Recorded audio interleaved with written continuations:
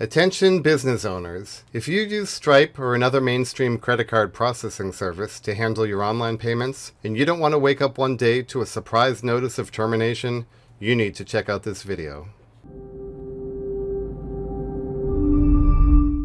Larry runs a successful photography business. A year and a half ago, he created a Stripe account and has been using it to process credit card transactions. Since then, he's processed many orders successfully and almost never had a chargeback or dispute. Much to Larry's shock, he woke up recently to an email from Stripe that shattered his world. We're reaching out with some bad news. After reviewing your information and website, we've determined that your business presents a level of risk for customer disputes that we're unable to support. As a result, we are ending our service to you effective immediately. When Larry shared his nightmare experience and asked our opinion of how this could happen and what he should do, we started researching it. As it turns out, due to the present-day climate of e-commerce that is so inundated with scammers and shady businesses, companies like Stripe and Square are getting proactive in trying to crack down on problems before they happen. They are using AI to audit all sites that use their service and try to look for signs that the business may not be a legitimate, stable company. You would think that even if their automated audit flagged Larry's website as a potential risky business, they would have performed a manual review and seen that he had a long history and a good track record of doing business with them, with few problems, and that would have been the end of it.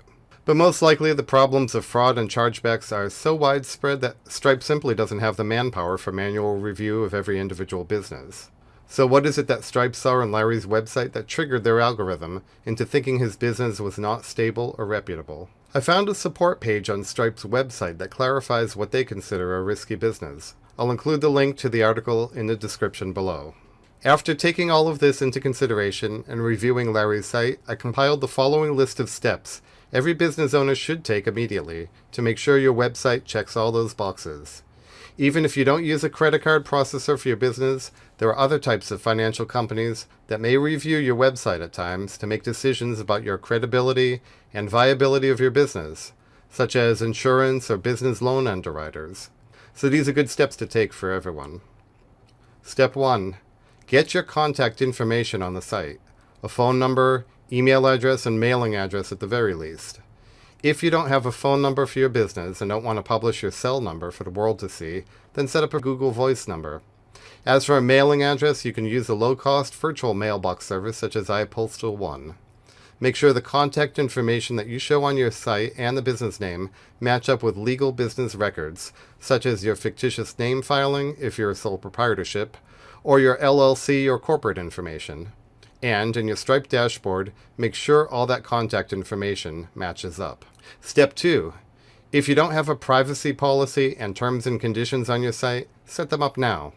There are a number of sites such as termsfeed.com that offer low-cost templates to help create these documents. Some, like Rocket Lawyer, also offer legal review. Having these often neglected policies on your website lend credibility to your business, in addition to potentially mitigating future legal issues down the road. Step 3. Have a clear order fulfillment, return and refund policy. If you have a price list, put that information there as well during the checkout process and links in the page footer. This will be an important area that companies like Stripe will look at, because they want to minimize customer disputes and chargebacks, and the more you clarify the order, guarantee, return and refund process on your website, including customer service contact information when customers have issues that need resolving, the less likely the credit card processing company will be involved in those disputes. Step 4. Set up a frequently asked questions or FAQ page. No matter how clear you think you are in your website copy and description of your product and service, an FAQ page allows you another place to help clarify any lingering questions a customer might have. Step 5. Cookies compliance. Yes, we all hate those pop-ups, but it's the world we live in these days. In addition to ensuring GDPR compliance, which is a good standard to follow even if you don't do business in the EU, having a typical page footer cookies pop-up will not only protect you from potential legal problems down the road, but they will also signal a company like Stripe that you're a legitimate business concerned with all the legal standard compliance issues that websites require. One more thing I'll mention regarding Stripe that is an optional step you could take. Stripe allows you to link financial accounts in your dashboard, which is a way of authorizing Stripe to access and monitor your business account balance and transaction information. They state that they use this information in making decisions about whether they need to establish a reserve on your account and to assess risk and periodically offer you other services. I'll link their webpage in the description below about that option as well, and you can research it yourself and see if it's something you feel comfortable about doing and if it would help in your situation. So those are my recommendations to help protect your business from experiencing what Larry went through.